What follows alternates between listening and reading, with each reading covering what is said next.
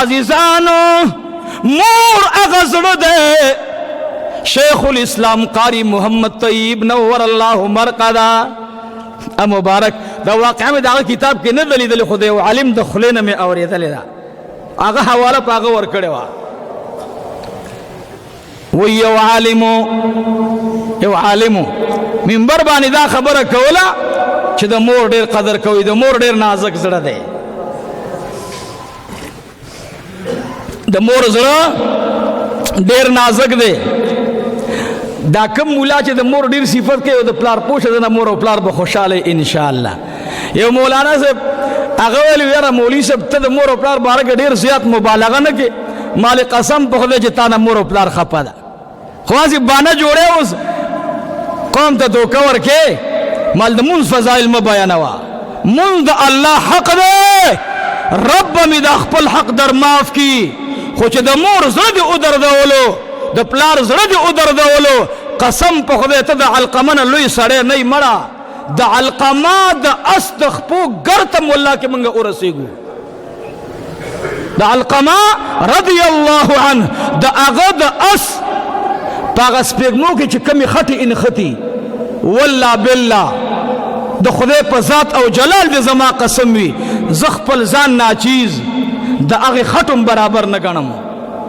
چې اسی شون کې ولاندې پریوزي تا ته څه پته لګي علقمه زنکدن ایثار دی نو مال مولانا صاحب زه ځکه مبالغه کوم چې زه په سټیج نه ناسم دا مې د والدینو برکت دی ما سره علم چیرته دی ما سره تقوا چیرته ده ما سره تجربه چیرته ده خو الحمدلله چې د پلار قبر ته اوس ودرېږم نو کوشش کوم چې خپیه بله ورته ودرېږم او یو ګناه مې هغه به داسې نه وي چې هغه به ما ته مخامخ اوس نه وي خدا یو د الله نه ډېر راضي یم چې مور او پلار مې نه دي خفه کړي الحمدلله آخر وخت پورې د پلار سامم په دې لاس باندې تللی ده ټول ورونه مې خوا دې خوا ولاړو ما ته لاس ورلاندې کو ما داجی اشهد ان لا اله الا الله وحده لا شريك له زما د والد صاحب د لاسونو نه راغونډېدل او مال جدي اوس اقرارو کې به داسې د الله سره راوړو او داسې کړه دا ګوتا او انا لله و انا الیه راجعون او مور مم داسې لاړه د افغانستان نه ورته الله را ورسولم 4 بجې زه راغلم 20 منټه او 6 بجې مې د مور روح لاړو ربیع الاول میشوا بہرحال مور او پلار خوشحالت ساتي مور او پلار مخفه کوي د مور او پلار قدر کوي او چا چې مور او پلار خوشاله ساتلې الله ورته ډېر لوی عزت ورکړي او چا چې مور او پلار ناراضه کړي ذلیله کړي دي الله پاک رسوا کړي دي الله پاک نو عالم وای وفات شو داغه نه زوی وشو چې زوی وشو نو مور دا حدیث اوریدل او د پلار د خپل خاوند د خلینا ابا هريره رضی الله عنه دا حدیث دی دی عالم بیان کړو دی خزی دا حدیث اوریدل ابا هريره فرمای رضی الله تعالی عنه سرداری کونین فرمای جنت نبا زمانہ سګړان دی نزی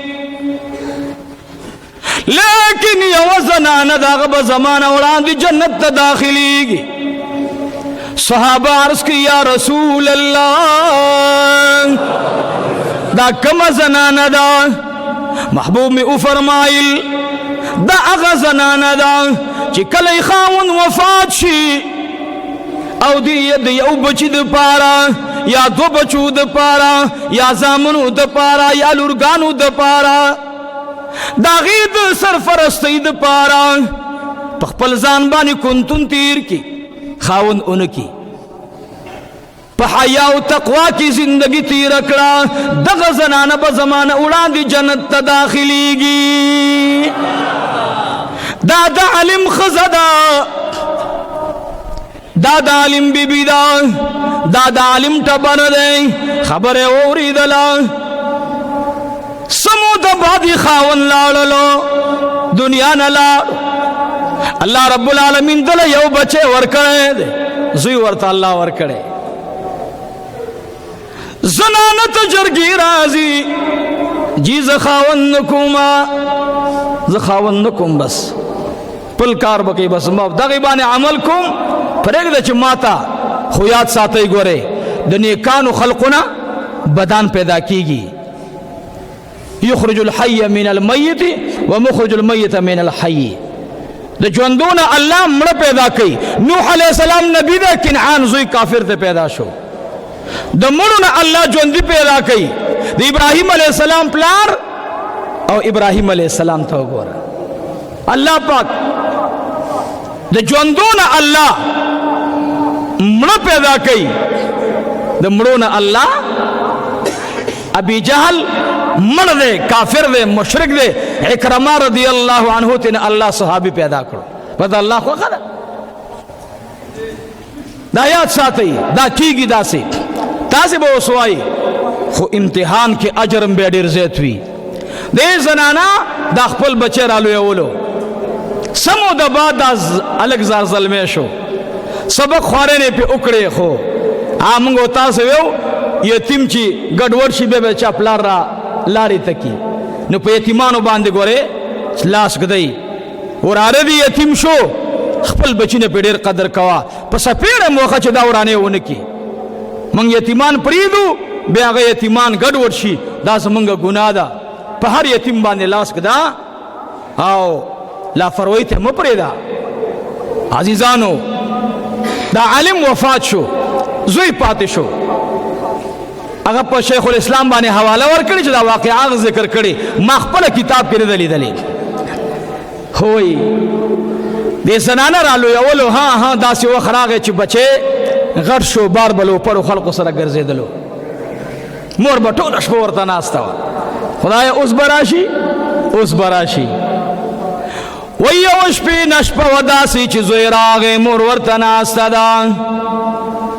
مور ورته وی ای بچیا ما خو تاله سر سپین کړلو. ای زویا د پلار کتابونه دي پراته دي، ما ویل ته به دا کتابونه مطالعه کې. ای بچیا معلومیږي دا چې ته د علم والا سره نه کینې، د علم والا سره نه کینې. زوی ته غوسه ورغله. د اوسنۍ زمانې هلکان خو یې داسې چپ شه مرۍ به دې بنده کما، سا به درته بنده کما، زما په نشه کې کار مه لره. بله ورځ دا بچی به راغی، مور باندې سترګې برندې کړې. مور ته وی دا دې کور دی، دا دې اور دی چې ته پکې ناسته یې، زه به پکې نه یم. او ورته وی بچیا چې زه د نه یم خوښه، زه به درنه لاړه شمه. خو ای زویا کور می تا ته ساتلی دی، دا دې د پلار امانتو ما تاله درکړلو. ای بچی خدای نه ویریږه. مور باندې خطرناک گزار وکړو، مور یې لاندې پرېوتله. د خدای داسې فیصلې وي، مور لاړه پرېوتله او د تندک سره د مور نه روح لاړو. شیخ الاسلام محمد طیب رحمت الله علیه لیکلی وی دا زوی حیران دی. مور خو پرېوته، کله داسې منډه کله داسې منډه. ناګهانه دې زوی تندک والو، پرېوتلو. د مور د زړه نه ورته اواز راغی، ای بچیه کوم ځای خو به دې خوږ شوی نه وي. هغه بچی په ځان راږدي. یا خدایا د مور د مړ زړه نه مې اواز راغی، خدایا مات زه تباه شم، برباد شم. وی د وخت عالمي دین ته ورغی، ورته وی چې داسې لویه ګناه مې کړې ده چې ما نه مور ناراضه لاړ، مور رانه خفه لاړ. بس منډه کړه او د کوره ووتو. مولانا صاحب ته وایي چې بس مور مې مړه ده او مور مې انتظام وکړه په چا باندې، موږ سره هېڅ هم نشته، نه مې ماما شته نه مې تره شته، یو کونډه مور مې وه او زړه یې وچاودې د مړ شو. عالم صاحب کشف ورته وایي ای بچیا، ای بچیا رښتیا ووایه چې کله تا مور وغورځوله او مور دې لاړه مړه شوه څه دې وکتل څه دې واورېده که نه ورته وی مولانا صاحب خدای ګواه دی چې کله زما مور پرېوته روغتې لاړو ما نه لاره خطا شوله نو ما تندکو خوړلو لاندې پرېوتلمه ما یو आवाज د مور نه واورېدلو چې زما د مور د زړه आवाज و چې ای بچیه کوم ځای خو به دې خوږ شوی نه وي